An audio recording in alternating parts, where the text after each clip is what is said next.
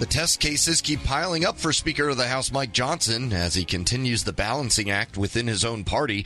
Last week, it was all about FISA. Oh, yeah, and there is still this lingering question of helping out Israel and Ukraine.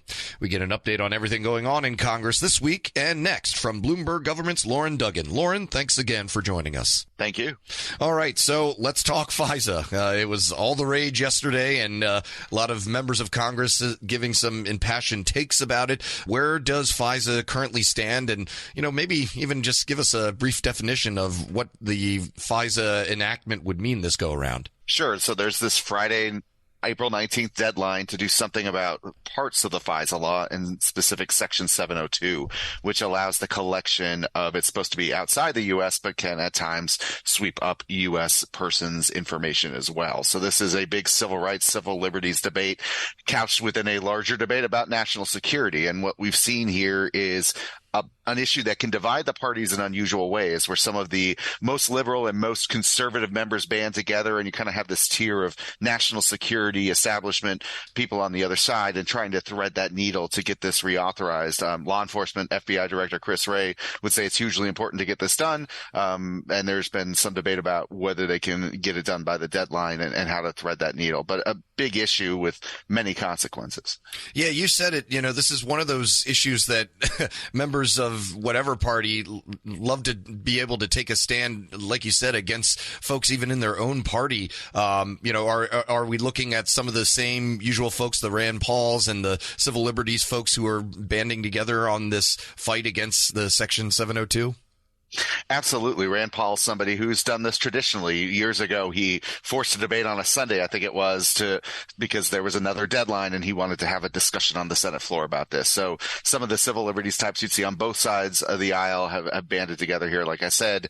Even people who before might have been against it, once they get more information as a leader like Speaker Johnson, have said, well, no, I have a slightly different perspective on this given what I've known and what I've heard. So yeah, it's a different sort of issue where, party can come in. As we saw, it was Republicans who tanked the rule last week that slowed down this debate. But once they got it going again and could get the compromise to the floor, we saw some action happening. One issue where party lines definitely do matter is the issue of the impeachment of Homeland Security Secretary Mayorkas. Where does that currently stand? And is this impeachment that we've been hearing about for I don't know how long now, is it going to actually take place? Well, we expect this week to see the House managers, the people that the House of Representatives have sent over to prosecute the case, will go over to the Senate, have their charges read, and then they will swear in the senators as a jury in a trial. The question is, will there be a trial? Some Democrats want to just dismiss it right away, but there is a large group of Republicans, I think more than, almost all of them signed a letter saying we should have a trial. So there could be a lot of debate and discussion around that. Democrats, if they marshal the votes, could bring it to a pretty swift conclusion. But what Republicans have said is, if you do that, we might hold up other business and deny you unanimous consent to take up things you want to do, or to move them quickly at least. So I think we're not likely to see a long trial, if a trial at all. And these charges will likely end in dismissal because there's not 2/3 to remove him from office and convict him of the charges being sent over. Yeah, and Mayorkas has done a pretty good job of just trying to stay out of the whole issue altogether. Has he said anything or given any inclination of how he feels about this? I think you've said it. He was up on the Hill talking to appropriators. He's due to go up to the Hill and meet with Homeland Security Committee members on Tuesday, I think it is, the same day they would march across and prosecute their case against him. So he's trying to do his job. He's trying to run all the things in the department and suffer, I guess he would say, the slings and arrows of what's coming at him from Capitol Hill. But, I don't think the dynamic has changed. The criticisms of him from House Republicans, regardless of the trial, will remain for, as long as he's in office, I would say. One of the agencies that doesn't really make a lot of headlines will also be seeing several bills that could have an effect on the way they do business, and that's the Energy Department.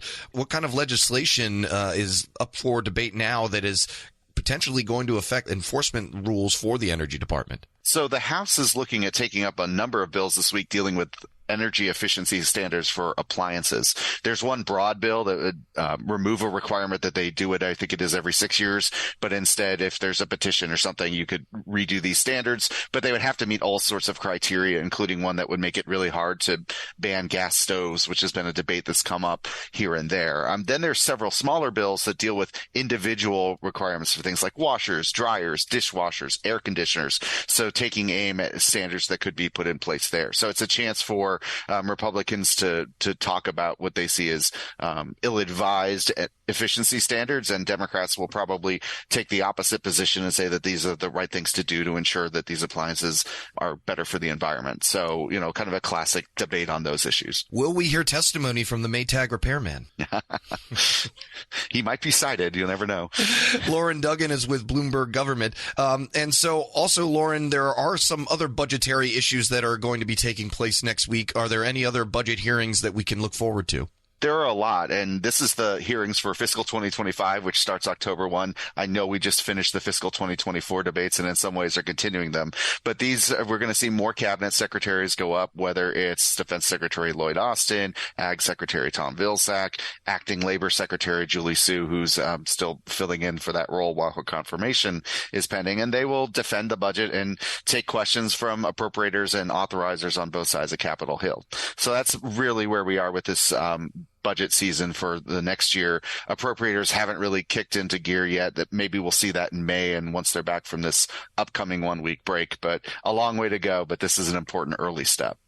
And speaking of congressional fiscal decisions, there is still the lingering question of whether or not we're going to free up money for the nation of Ukraine and keep providing aid to Israel, despite some, pretty troubling headlines that have angered a few members of Congress. What is the latest as far as foreign aid goes, especially for those two nations?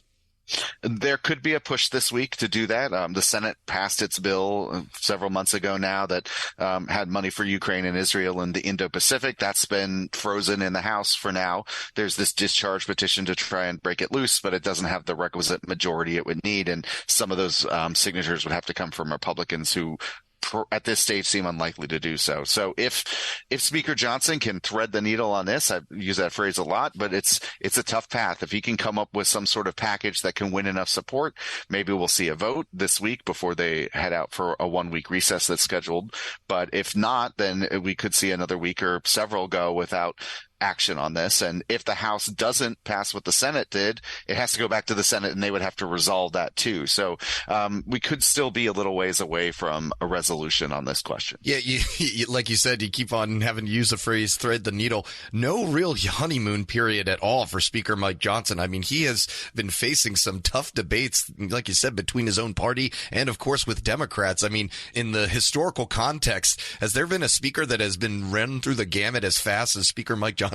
I think he's got an unusual lineage here. And of course, there's a threat hanging over his head from Marjorie Taylor Greene to possibly oust him or at least force a vote on ousting him 5 months or whatever into the job. And when we just had the first speaker ever thrown out by his own party in the middle of a Congress, as we saw with Kevin McCarthy. So it's been a really tough conference to manage, maybe even impossible at times. I'm sure it feels that way.